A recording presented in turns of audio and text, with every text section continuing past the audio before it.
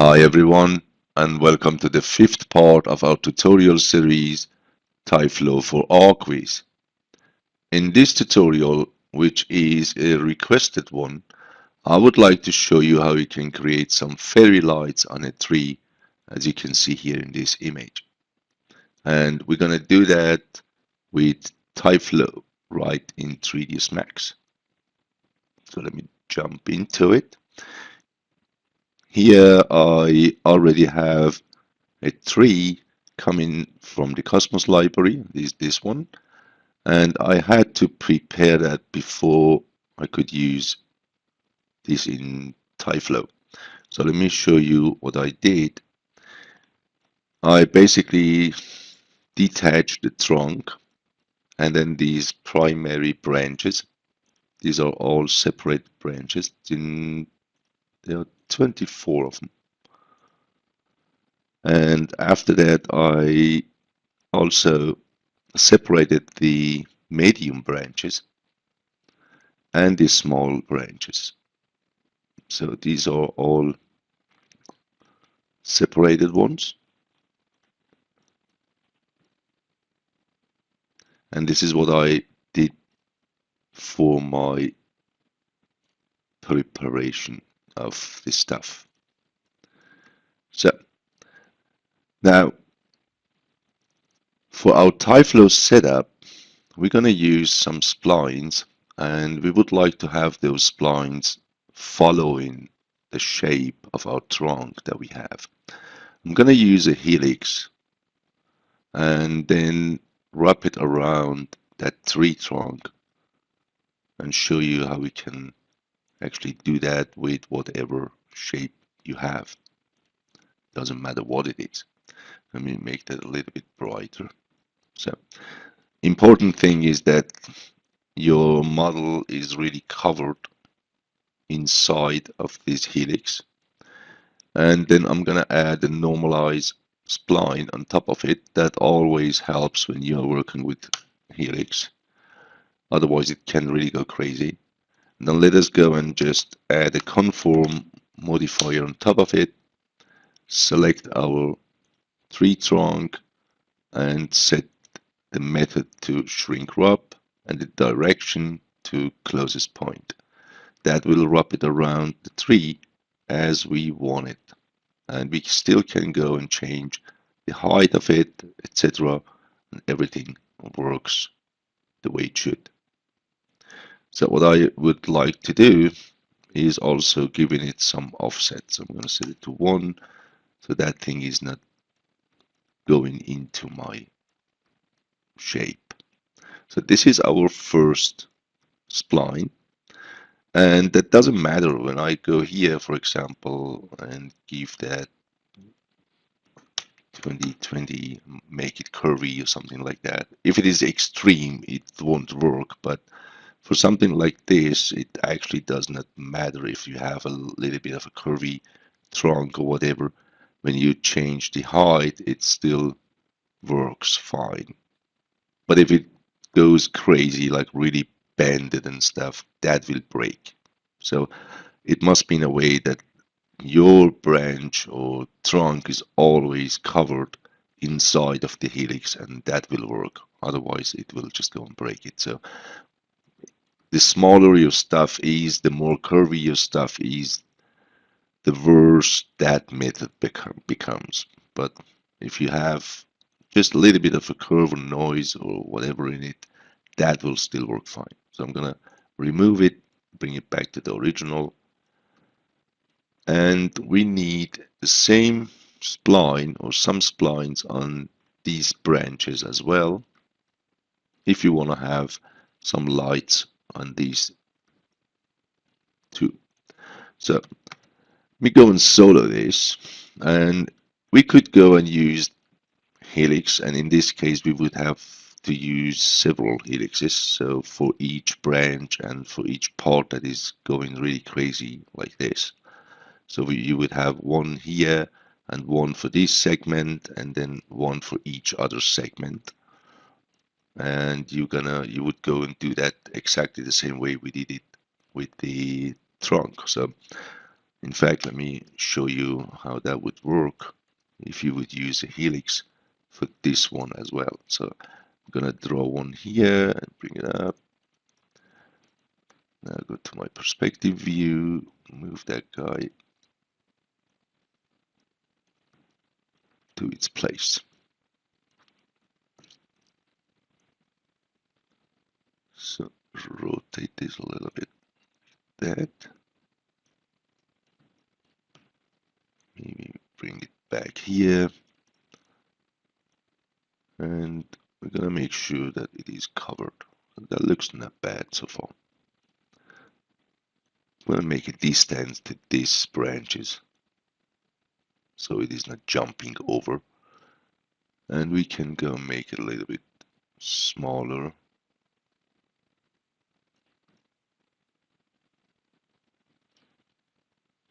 Add normalize spline. Bring this down to 5 or something.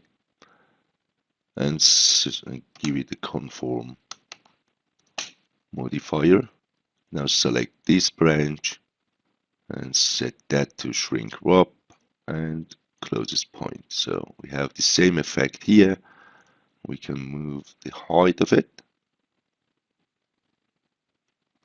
and we will give this guy a little bit of an offset as well. So maybe 0.5, 0.3 would do the job. There you go. So this is how we can wrap the helixes all around the branches if you need them to be like this.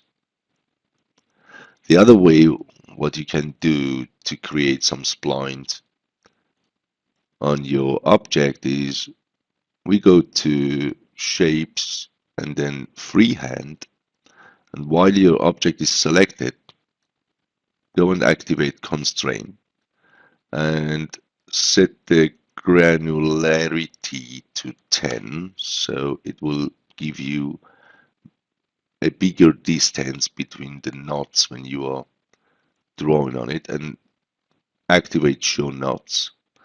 Now we can go and start drawing a line all along this object.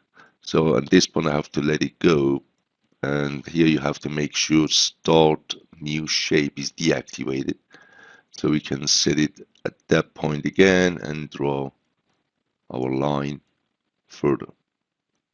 So I'm gonna do that pretty quickly, just like that, just to show you how that works.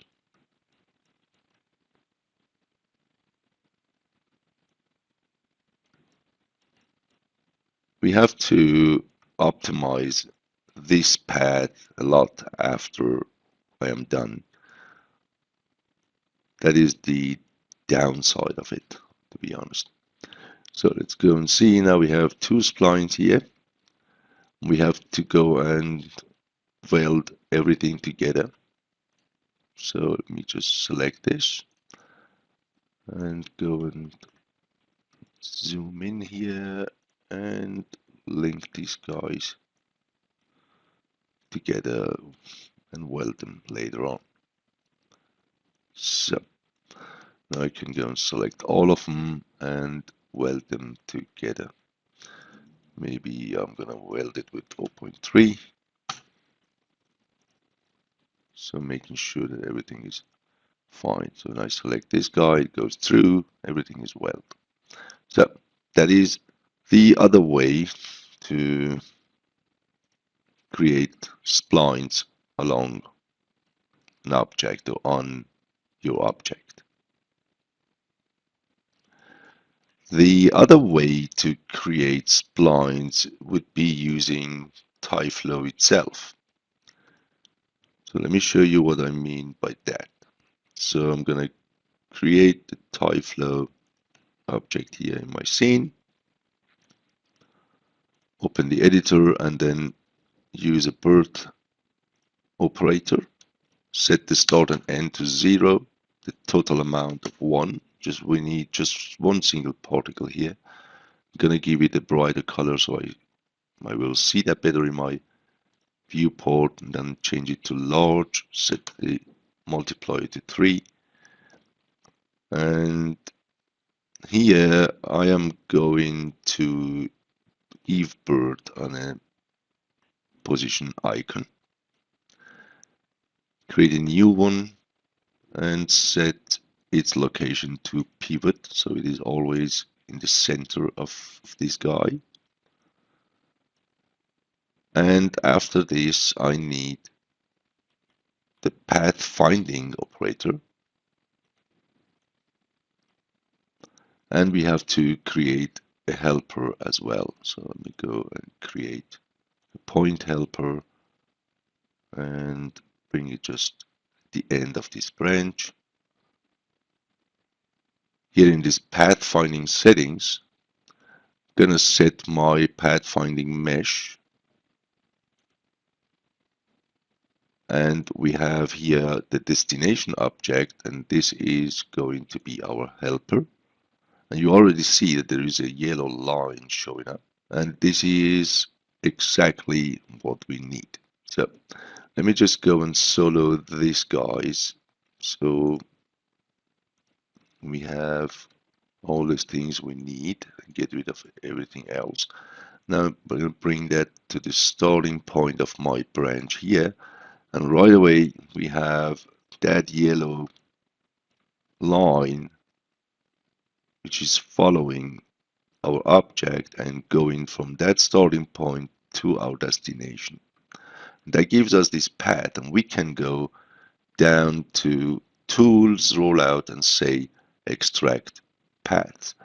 And before I do that, let me just go and create a new layer and call it splines.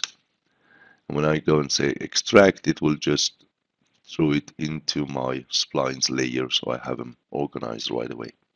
So this is our first path, which is generated, and we just extracted it. Now I can move this guy to the next branch, and I have the second line here. I could go and try to move these a little bit so it is not starting at the same point, and then go again and say extract. So we have the second path. Now we can keep on going just like that. So to the third one, if you want, you can change that position as well. Okay, extract, fourth one, move that a little bit, and extract it again. So we have 4 splines extracted for us. So I'm going to solo them, pick the first one, maybe rename it and call that spline large 001, and here we can go and attach the rest to it.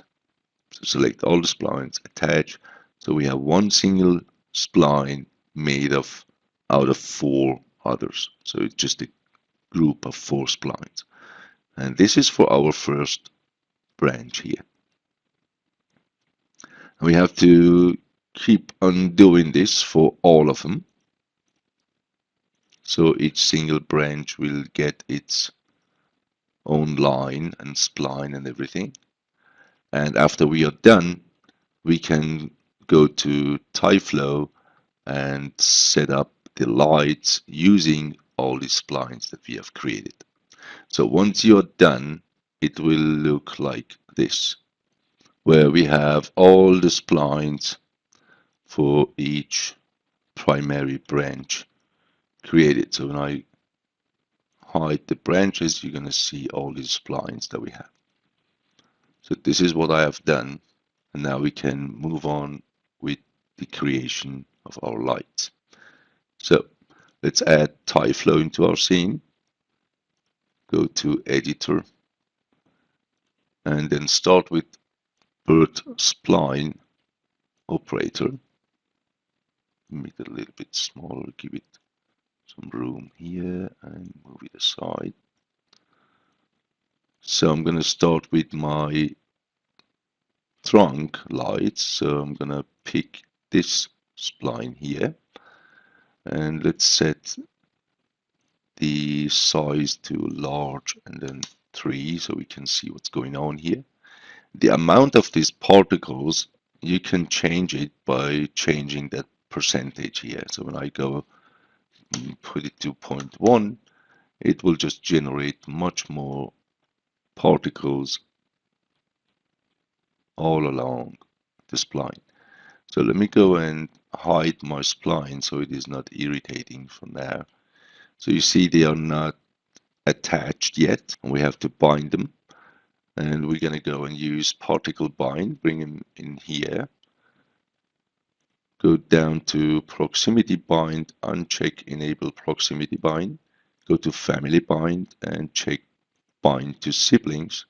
And now if we go to particle bind again, we can go and say show binding, and this will show us a line which indicates that all these particles are now linked together.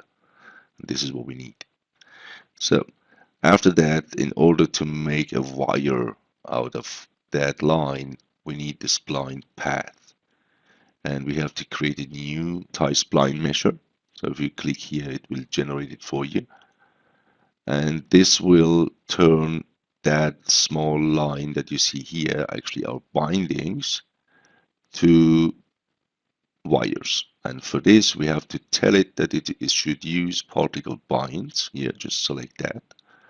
And then turn on spline measure. And now you see that wire going around our trunk. Now, as you can see, these are segments and they are not well together. So go to tySpline and make sure well binding is checked on. So that gives us the best result. So just a smooth line going around the trunk. So we don't have to display these dots now. So that is what we have.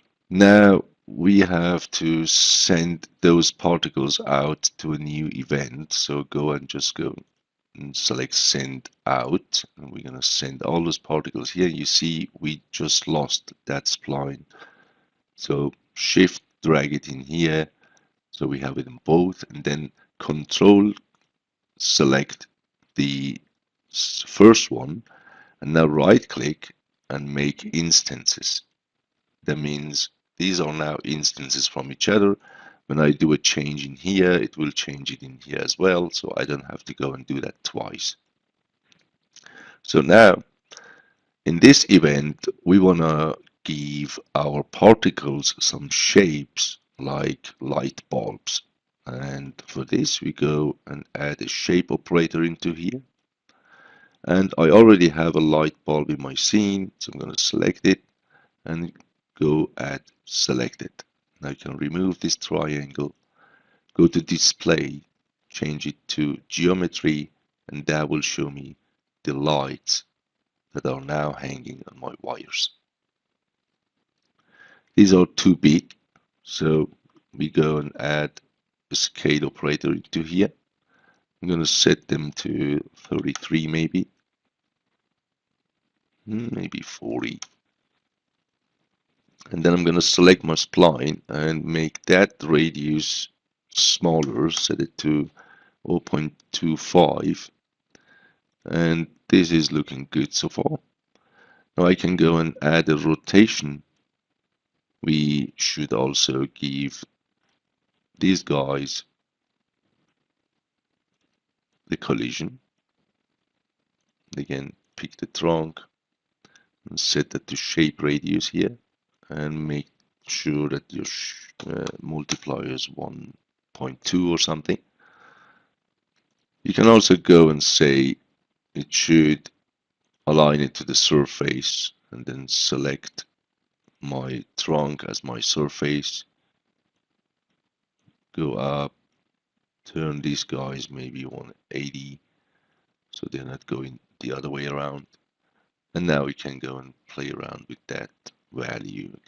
So depends on what you want to achieve and what your shape of the trunk is, etc., etc. And let me go and select that helix again, and maybe give it some more turns here, something like that. And that's looking okay. So we have enough lights on it. Now, if you don't want so many lights here, you go to shape and then filters, enable filters, add a new one, and go to property type and change this to every numbered, and then set this number to 2, for example. So each second one will become a light bulb, or each third one if you want to reduce the amount, or you go just 1 and then each one is just becoming a light bulb. So that is the way to control how many lights you actually have or you want to have on your wires here. So let me set it back to 1, and this is actually done for our trunk. Now we can go and select these two events, right click, copy, and then paste. And here I'm going to display all these splines again. Select my bird spline, go and remove this guy, and then pick these splines here. And as you can see, we have way more lights going on, so we don't need the percentage to be that low. I'm going to set it to 1, and that will give us much more distance between them. So we can go here again, and in our filters change that to every second, maybe every third, so we don't have that crazy amount going on. We can turn on the rotation if you want to, and if you want to have the rotation on, you have to go down and change the object from the trunk to the branches, the large branches, and then go and play around with the amount here, or you can just set it to random 3D so it goes all over the place, but that gives you all the lights for those guys. And now we can keep on adding all the other stuff to this. So let me go and select these lines and add selected, so we have lights on all of them. So now we can go and uncheck the spline, so we hide them and bring in the large branches, and this is what we get so far. Now for the medium and for the smaller branches, if I get rid of these guys for now and turn off tyFLOW. So for these guys, that would be honestly a pain to go and create whatever lines on these smaller or medium branches. So instead of using splines here to scatter the lights and stuff, I'm going to use that object itself and generate some particles on the vertices on this object and turn those then to the light bulbs. So let me show you what I mean. Let me start with the medium branches here first. So let's go back to our tyFLOW again to move these guys to this side. Now I'm gonna create a new event by saying the regular bird operator, bring the end to 0, so all particles are generated right away, and then let me change this to a yellowish color, large dots, and then 3. So we're gonna use position object so we can generate particles on an object. And for this, we're gonna pick our branches here. We turn on tyFLOW, and now you see all these small dots or particles will become our lights. So now we can go and change the amount here to 2000 or 20,000, whatever. You can change it to vertices, random, so it goes and generates them on the vertices. And now we can select the small branches as well. So we add those, and this is what we get. So they are way too much, so I'm gonna go and set it to maybe 6,000 or something, or even 3,000. And now we can go and change these shapes to light bulbs as well. So we just go to the shape operator again,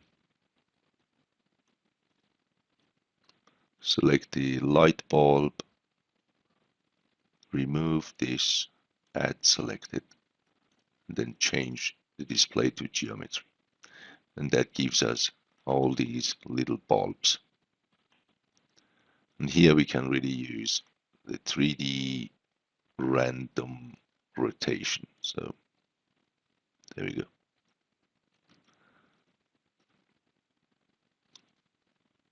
I'm going to change the scale, set it maybe to 30, so they're not so big. And this is actually our setup for the fairy light. There is one thing to do, and that is the materials for the light bulbs. And I'm going to show you how we can change those as well. So when we go to the light bulb itself and then to the material editor, there I have, let me just show the light bulb first, then zoom into it, and let me just go and create the material from the scratch. So before I do this, I would go here and change that guy to number 6, the material ID. I'm gonna show you that why in a second. And this is number 1. So now I'm gonna create new material, general multi sub object. Set this number to 6, and then go materials, V-Ray light material. That is going to be my number 1. And then material V-Ray material. And this is going to be the number 6. And go to the presets and change this guy to rubber. And go and select my multi-sub object material and assign it to my bulb here. So now I'm going to duplicate this light material several times.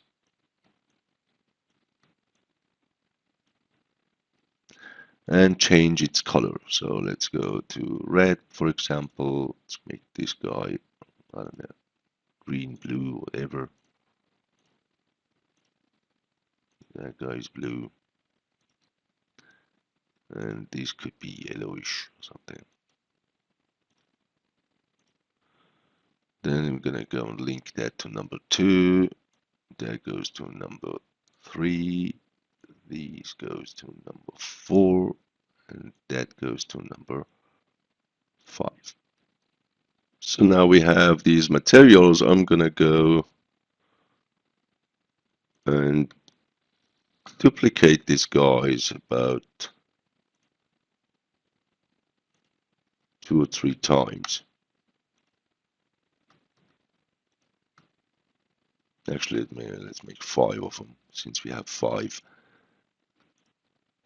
different materials going on. So these are now, let me go and assign this to all of them.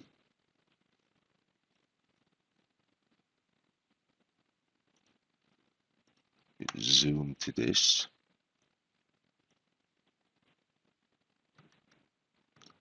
And move these guys away from each other.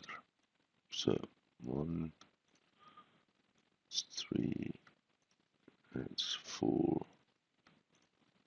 This is number 5.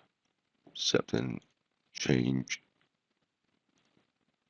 these guys to number 2. That is going to be number 3. This will be number 4. And that guy is number 5. So we have these lights. We go back to my tyFLOW here, to the shapes, and then select all the new lights and add selected as well. So now they will randomly get selected in our setup. So we go and unhide everything. On top of these 3, we should have these different colors of lights. If you want to do that, so that's up to you. But this is the way you could create it this way. And we can do the same here. We can go and select all of these now in our shape and then say add selected. So the other guys will go and become different colors. So here we have the shapes again, and here again add selected. So we have all of them. So this is basically our setup. And if we go and render this out, we will see nothing because I just forgot something to add here. And this is the mesh operator. So everywhere where we have those shapes that we want to see, we also need a mesh operator. Otherwise, it will not render your stuff in your final output. So you won't see that when you're going to render it. So we have to add the mesh operator into each event here in these end events where the shapes are in here. And that will render that shapes. Otherwise, it won't work. So now let's bring in everything and take a look at what we have created so far. This is now the setup, my camera settings, and that is what we get so far. Now we can go and change the amount of the lights, the intensity of our lights here, and everything what we want to do. So if you want to go and have more lights here in our tree, we can go to our tyFLOW, open the editor, and then here change the amount, set it to 6000 for example, and that will give you some more lights scattered on those middle and small branches, as you see. We can change the height of that spline, and if you want to change the amount of those lights on these primary branches, I guess those are missing. So what? Yeah. So these large branches, you have to go to the shape and then think about the filters. Here we have each number, so we can change that to number 2. So each second one will become a light, so it will have more light here on these primary branches. And you can do the same thing with the trunk light. So if you go here, change the number to number 2, for example. So each second one will be a bulb, and you will have less light here, as you can see. So that gives you good amount of control and tweaking possibilities, so you can really go and create it the way you want it. And if you want to have all of them the same color, you just go to the shape and then remove all the other light bulbs that you don't want to use, so it will turn them all to the first one or the one that you have chosen, and they are not different colors. So we can do the same here, remove all of these,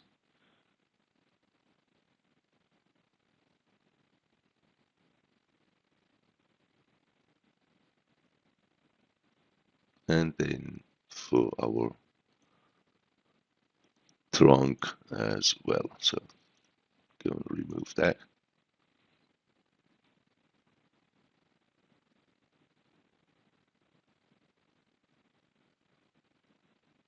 And there we go. Now we have all of them white, and you can change the colors, of course, when you go to the material editor. There you can go change the intensity, the colors, and everything. So make it maybe a yellowish something. Say OK.